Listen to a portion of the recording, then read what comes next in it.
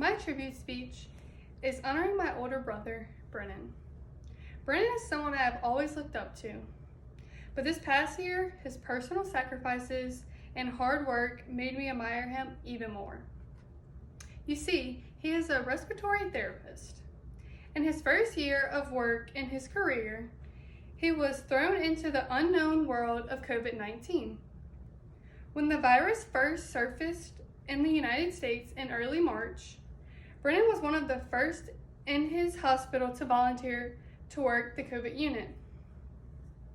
Before the pandemic, many people had never even heard of a respiratory therapist.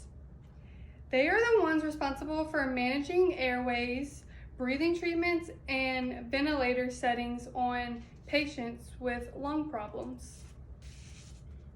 All of a sudden, respiratory therapists were in the headlines as the frontline warriors battling this scary, deadly, unknown virus.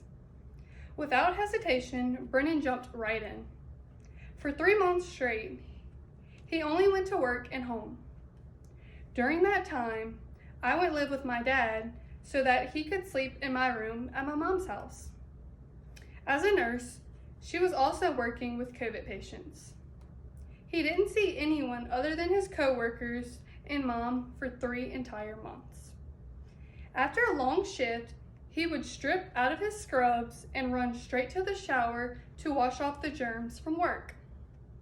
Family members would drop off food at the doorstep for him so that he didn't have to go to the store or cook.